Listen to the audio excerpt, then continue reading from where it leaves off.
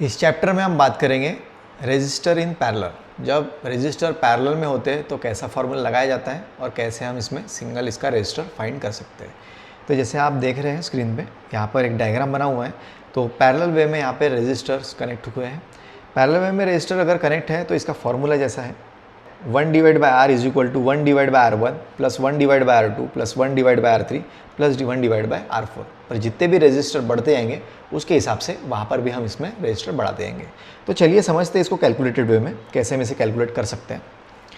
जब पैरेलल की बात करेंगे तो समझ लीजिए हमारे पास में कुछ रेजिस्टर्स हैं। अभी हम 3 रेजिस्टर के बारे में समझते हैं। सबसे पहले 3 रेजिस्टर के बारे में जब देख रहे हैं तो यहाँ पर तीनों रेजिस्टेंस 10 ओम्स के हैं। हमारे पास फॉर्मूला है 1 divide by R is equal to 1 divide by R1 plus 1 divide by R2 plus 1 divide by R3। इस फॉर्मूला में हमें ये पुट करना है, जो रेजिस्टर्स की वैल्यू हमारे इस डायग्राम में पहले से शो है वो हमें पुट करना है। तो जैसे रेजिस्टर की सारी वैल्यूज 10 ओम्स की है तो 1 divide by 10 is equal to 1 divide by 10 plus 1 divide by 10 plus 1 divide by 10। इस कंडीशन में हम क्या करते हैं, सबसे पहले 1 divide by 10 plus 1 divide by 10 plus 1 divide by 10 इसे हम कैलकुलेशन कर लेते हैं। कैलकुलेशन जब हम करेंगे तो कैलकुलेटर में नॉर्मल जैसे दिया गया है वैसे ही इसे कैलकुलेट कर लीजिए। इसकी वैल्यू हमें मिलती है 0.3, पर यहाँ पर हमारे पास में 1 डिवाइड बाय R पहले से है।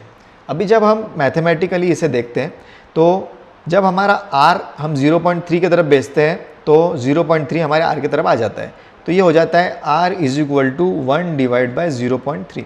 अब जब हम इसकी वैल्यू निकालेंगे तो 1 डिवाइड बाय 0.3 इसकी वैल्यू जो आ रही है ये आ रही है 3.33 ओम्स। इस तरह हमने यहाँ पर जो पैरेलल का फॉर्मूला लगाया है इसे यहाँ पर अप्लाई किया है। तब ये तीनों रेजिस्टर जो है ये सिंगल रेजिस्टर बनेंगे और सिंगल रेजिस्टर की वैल्यू हमें 3.33 ओम्स यहाँ पर मिलेंगी। अभी एक इसमें हम नेक्स्ट एग्जांपल एक और देखते हैं समझने के लिए आसानी से। हमारे पास समझ लीजिए सिर्फ 2 रेजिस्टर हैं और दोनों रेजिस्टर हमारे पैरेलली कनेक्ट हैं।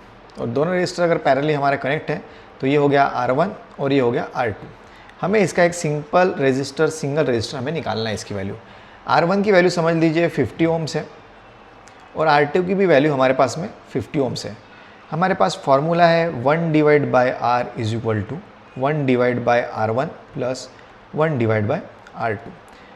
हम जो वैल्यूज़ है फॉर्मूला में डालेंगे 1 divide by 50 plus 1 divide by 50।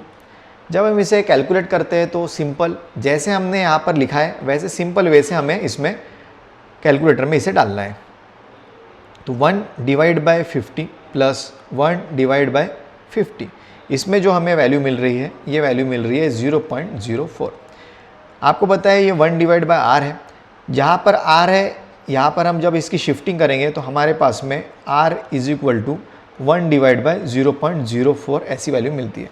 अब हम इसे जैसे ही लिखा है वैसे ही सेम कैलकुलेटर में डाल देते हैं। 1 डिवाइड बाय 0.04 ये आता है हमारा 25 ओम्स। तो हमने यहाँ पे R की वैल्यू निकाल ली 25 ओम। यहाँ पर हमने सिंगल R की वैल्यू 25 ओम निकाल ली है। पर यहाँ पर हमने जो फॉर्मूला लगाया है ये लगाया है पैरेलल इन रेजिस्टर फॉर्मूला लगाया है। ये पैरेलल इन रेजिस्टर फॉर्मूला हुआ। पैरेलल इन रेजिस्टर फॉर्मूला में कभी भी आप देखिए वैल्यू हमारी घटती है। सीरीज इन रेजिस्टर फॉर्मूला में कभी भी आप देखेंगे वैल्यू हमारी बढ़ती है। ये इसका मेजर डिफरेंस है। और हमने दोनों ही फॉर्मूले देखे सीरीज और पैरेलल के। तो इस तरह हम सीरीज और पैरेलल का कैलकुलेशन करते हैं।